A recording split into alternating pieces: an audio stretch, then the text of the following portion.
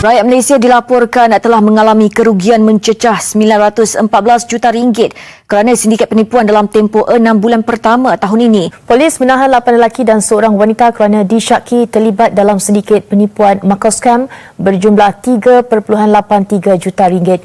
Kes penipuan Macau Scam bagai terpukau sehingga menurut semua kehendak si pemanggil semata-mata untuk mengelak dikenakan tindakan undang-undang. Baru-baru ini, negara kita digemparkan dengan isu Macau Scam dan dalang di sebaliknya. Oleh itu, video ini akan mengupas dan membincangkan tentang isu scam secara umum yang dijadikan sebagai isu kontemporari dalam cabaran kelestarian etika dan peradaban selain untuk memberi dan meningkatkan kesedaran bagi rakyat Malaysia agar lebih berhati-hati. Scam adalah tindakan penipuan yang disengajakan melalui penyampaian maklumat palsu atau mengelirukan yang dilakukan untuk mendapatkan keuntungan. Pelbagai cara yang digunakan untuk menipu rakyat Malaysia. Antaranya ialah scam tawaran pembiayaan kewangan yang mudah dan cepat, iaitu jumlah pulangan wang yang diperolehi kononnya mencecah ratusan ribu ringgit. Selain itu, cara yang digunakan ialah scam pemindahan wang oleh pegawai polis atau pegawai bank atau lebih popular dikenali sebagai Macau Scam. Seorang yang kononnya anggota polis akan mengatakan anda sedang berhadapan dengan satu kes polis dan anda perlu menyelesaikannya dengan sejumlah wang. Seterusnya, cara yang digunakan juga adalah love scam. Mangsa kebiasaannya akan dipikat menggunakan akaun palsu dan dijanjikan dengan barangan mewah dari luar negara. Akhir sekali, cara yang digunakan adalah scam pewaris harta atau wang daripada pihak luar. Mangsa kebiasaannya menerima email atau mesej yang mengatakan mangsa merupakan pewaris kepada harta yang bernilai ribuan atau juga jutaan ringgit.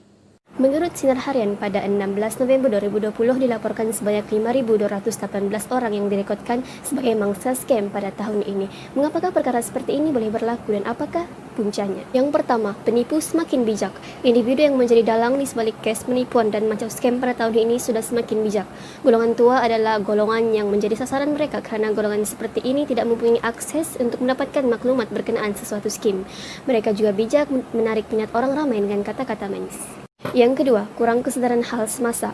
Walaupun anda seorang yang mahir dan sering menggunakan internet setiap hari, tidak bermaksud anda tidak mudah tertipu. Kebanyakan mangsa juga tertipu hasil dari periklanan media sosial seperti Facebook dan lain-lain. Individu yang tidak peka dengan keadaan semasa lebih mudah tertipu. Seterusnya, yang ketiga, penglibatan orang kenamaan. Penipu pada hari ini bukan sahaja daripada golongan-golongan yang biasa, malah golongan kenamaan juga terlibat sama. Mereka ini adalah golongan yang bijak dan berpengaruh tetapi terlibat dalam penipuan semata-mata kerana wang.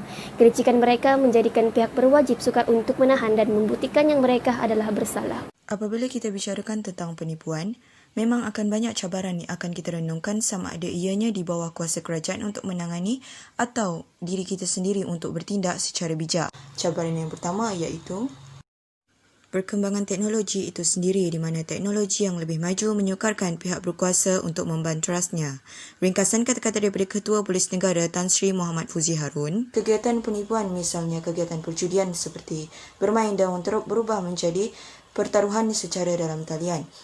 Begitu juga dengan jenayah scam lain yang kita tidak terfikir sebelum ini boleh mengakibatkan kerugian berbilion ringgit selain penjenayah mempunyai kepakaran yang lebih dalam bidang teknologi maklumat. Juga dengan kata-kata yang digunakan pakai oleh mereka meyakinkan penyamaran yang dilakukan. Cabaran lain adalah kurangnya kesedaran tentang perkara penipuan kewangan scam sebegini.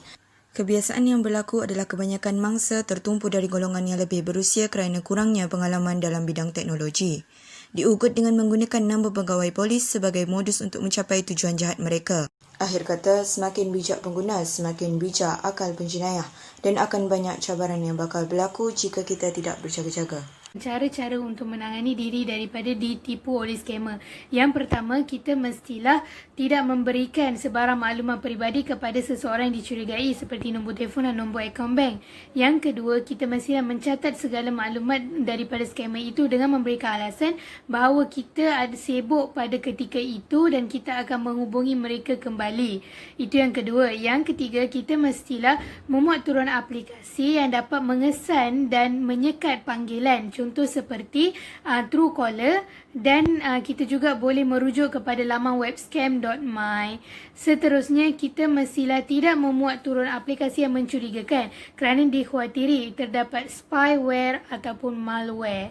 Itu sahaja cara-cara untuk menangani skamer. Harap dapat membantu semua. Terima kasih.